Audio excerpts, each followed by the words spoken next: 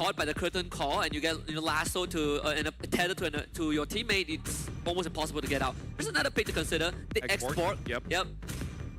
So I think there's plenty of options for both teams, in fact. It will be the Granger banned out by Malaysia. Yep.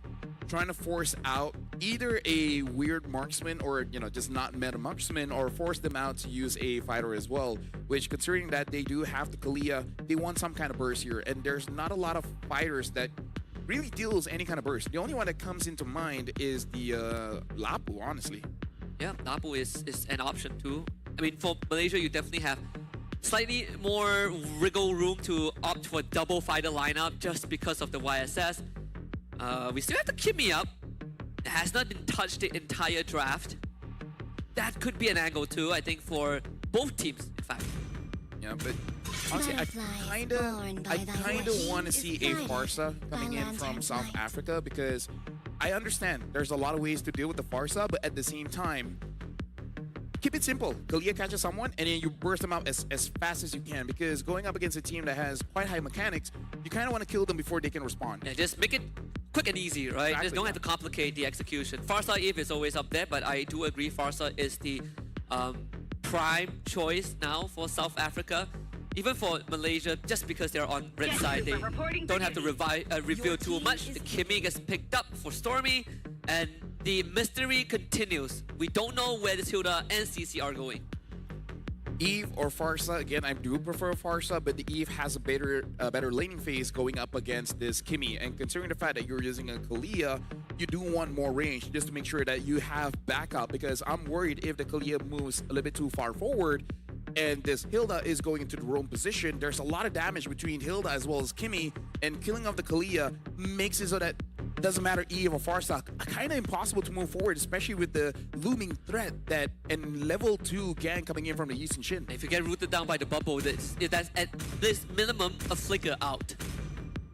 So the pick here, I'm thinking it might be a traditional marksman, but okay, looks like they are picking up the Lapu, the other burst, and they go for the Eve. So pretty standard here coming in from South Africa.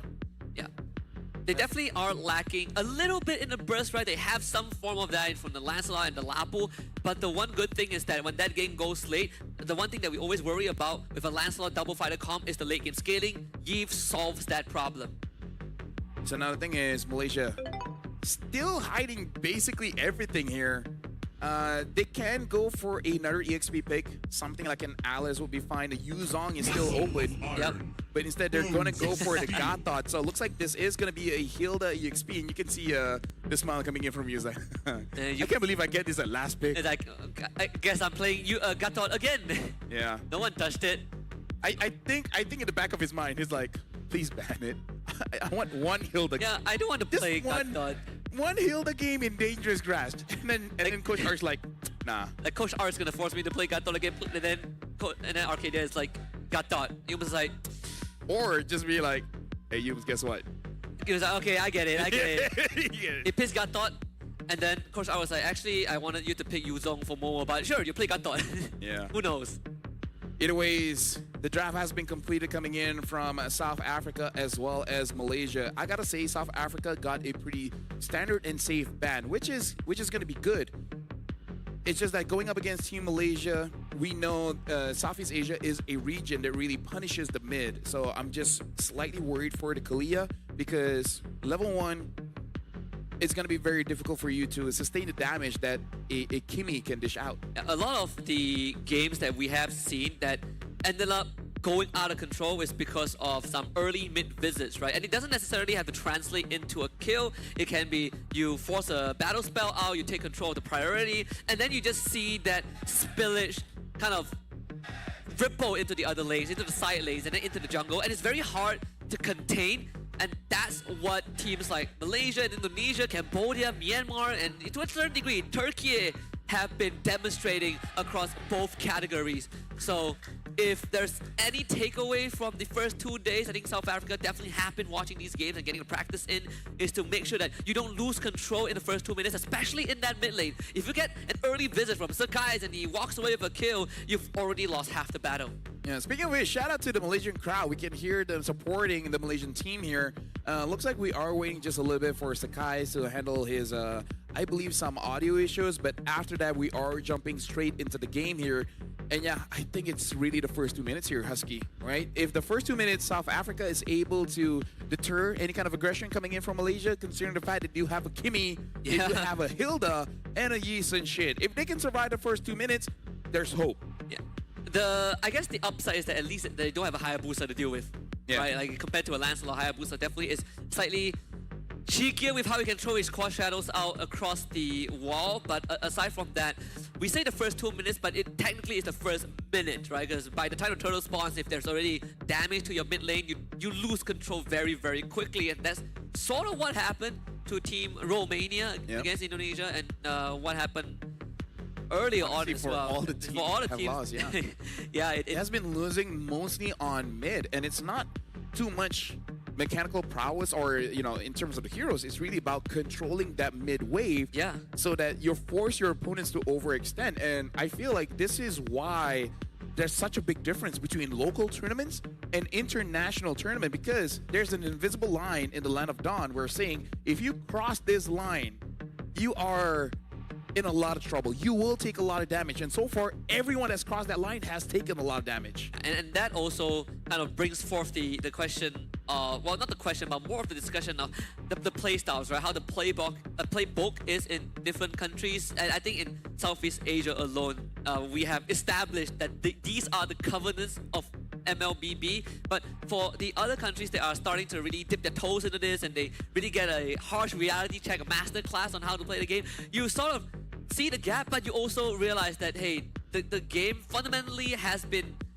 designed in a way where you just cannot lose control of certain elements of the game. Yeah, it's one thing to hear about it, it's one thing to see it, and it's one thing to experience it yourself. Yeah. Because even us as casters, like, we see it all the time, but then when we go in game and then we're like, oh wait. When we actually, you know, like 5-stack and we meet another 5-stack that knows how the game works. The enemy has a Grok Selena, and then we just die first blood. It's like, oh well. Yeah, and you see how quick the game spirals out of control. There's another pick that, you know, I hope to see maybe, you know, deeper into the playoffs and on the weekends. The Luo Yi has been missing for quite a while. I mean, Dangerous Grass is probably the one that we'll see her the most. Definitely a pocket pick, yeah. Yeah, a Stormy pocket pick.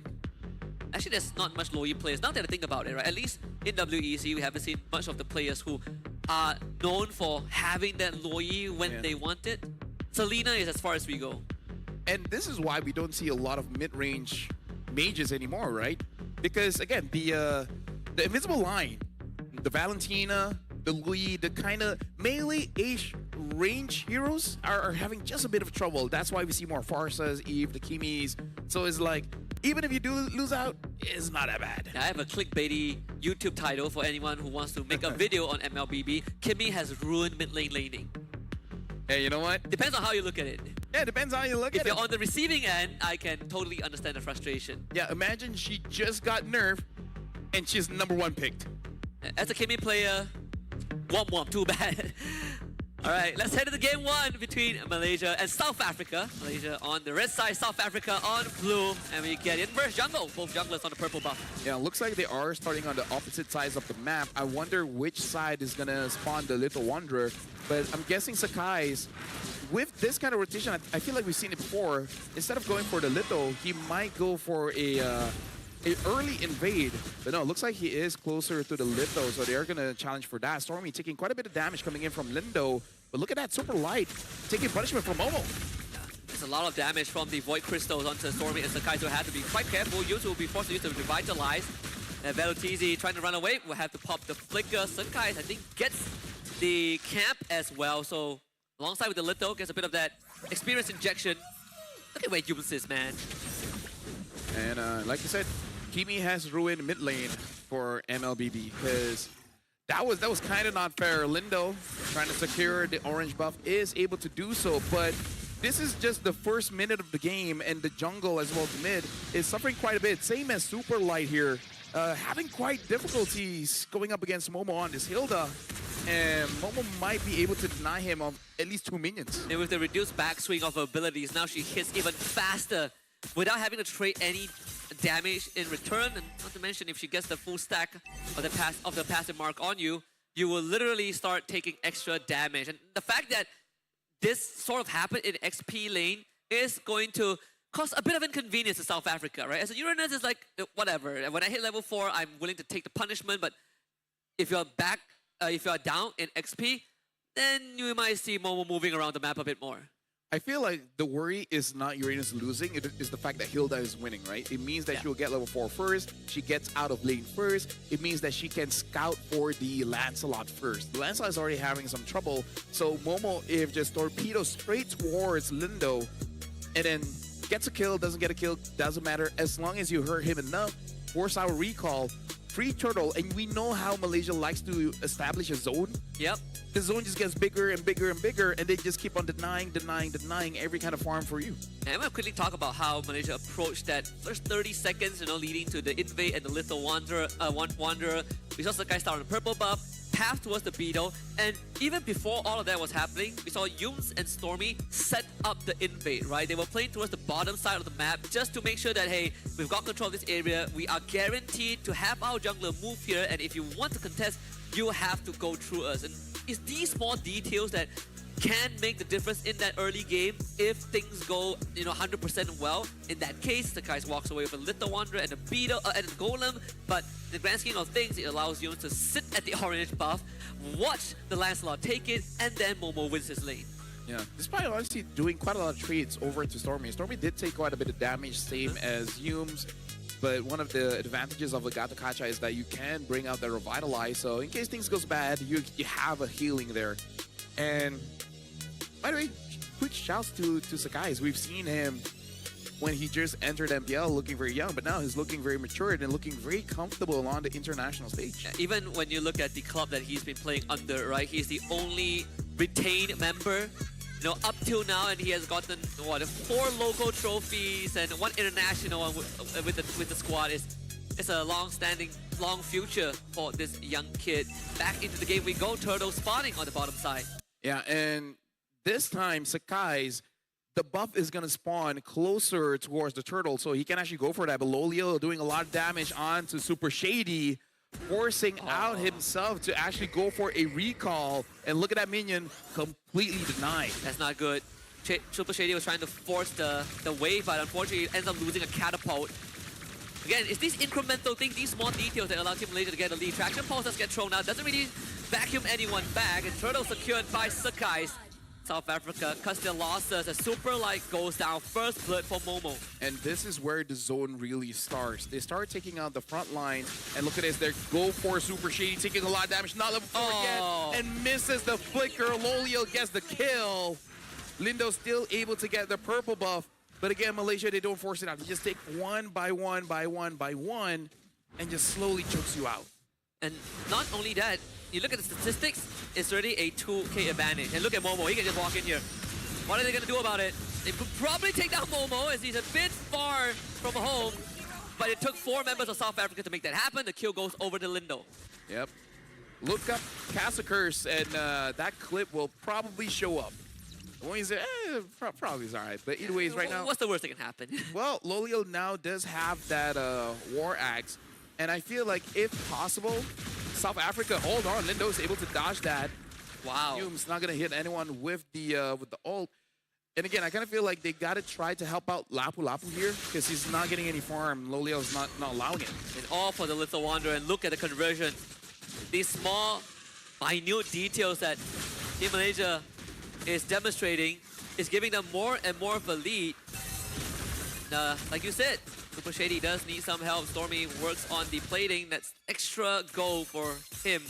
2.3k goal lead for Malaysia. 4 minutes in, and it's only a 2 kill and 1 turtle advantage. That's it. Yeah, but we've got to talk about the level of EXP here. Momo's level 7, Super Light's level 6, Lindo's level 6, Sakai's level 7. So all across the board, everyone basically has a 1 level advantage for the side of Malaysia.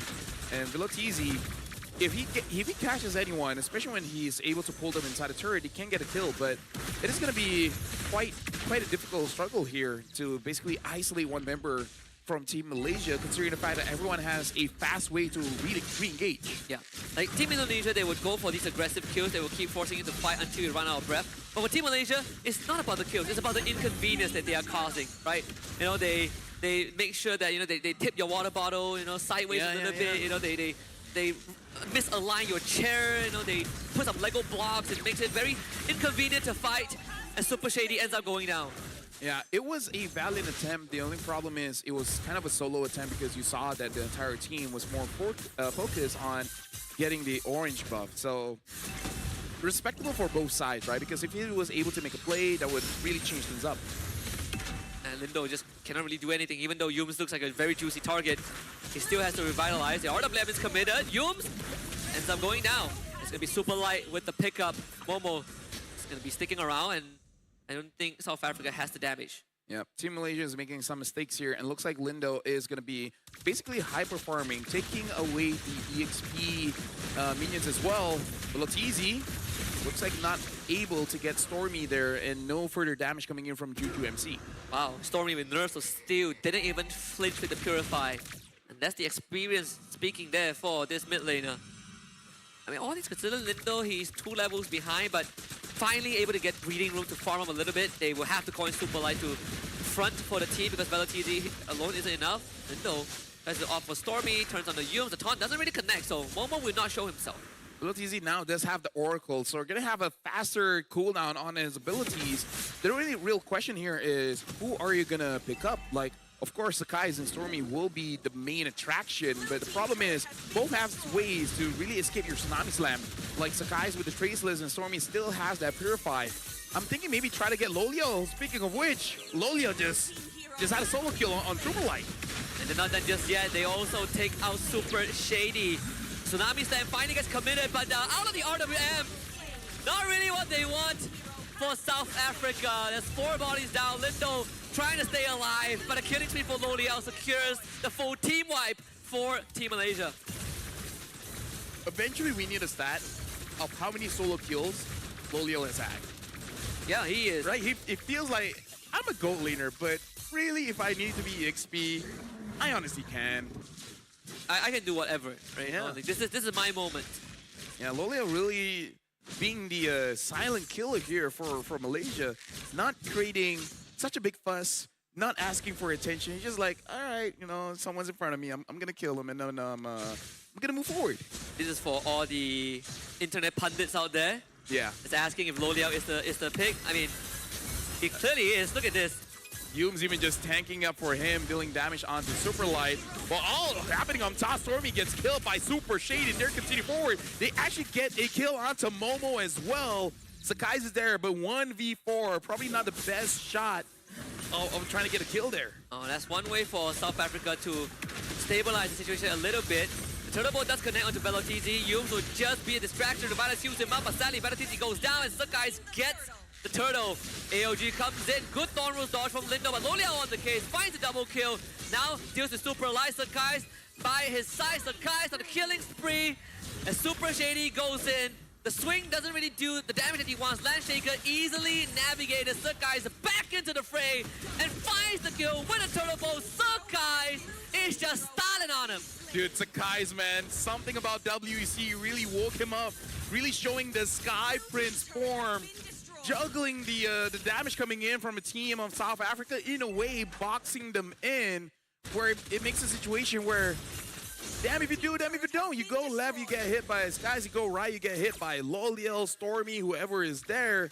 Sakai has been dancing on his decent chin, man. I mean, we say that this is a melting pot of culture. Look at the weapons that they have, right? They have a yo-yo, a bow and arrow, an axe, a futuristic bubble gun. Some gauntlets. Some iron gauntlets, you know. You can fight bare knuckle. You can fight long range, close range, medium range, and you have a Amazonian lady in the Greatness of the planet. we have a planet too, yeah. Although this planet is not doing too well. It's like a celestial being. Yeah, celestial being, yeah. Uh-oh. Speaking of which, the celestial being is getting hit by Loliel, taking quite a lot of damage from the space gun and the super yo-yo. Super yo-yo. Malaysia up 10,000, and that holding defense is gonna break. AOG comes in, Juju MC pops the RWM, but is just standing in danger. It will be saved by the Tsunami Slam. Yums will go down. Good punish from South Africa. Hey, you know what? That was a bait coming in from Super Light. Speaking of which, Sakai Oh, come on. is looking at Super Shady and giving him just a little bit of time. And this is strategy, Husky. He is delaying his death so that he's not going to be there for the Lord. Right? You got to stagger the respawn time here, Husky. I bet the guys was like, will the real Super Shady please stand up? Not you. Hey. Execution. Well, right now the Lord is being taken here by Stormy. And Stormy now does have the Divine Glaive, so it's going to be much trickier for Super Light as well as Shady to really tank the damage coming in from the Kimmy. But hey, Space Gun, man. Space Guns, they sting. Yeah, ahead of their time in terms of technology. Momo continues to be a nuisance, and they get the turn call. Valentizi is gonna get hit by the AOG. Super Shady comes in with the Flicker Land Shaker into an RWM. The combo is good. Sweet stuff. Estonia goes down. Yums also overextends the guys in the thick of it. Punched down by Super Light. Juju MC with a double kill.